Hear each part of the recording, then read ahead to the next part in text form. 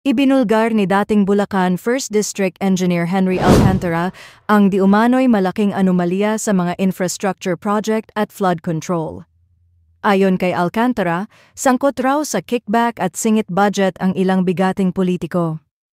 Senador Joel Villanueva may 600 milyon na flood control projects noong 2023 sa Bulacan, sinasabing may 30% na kickback mula rito.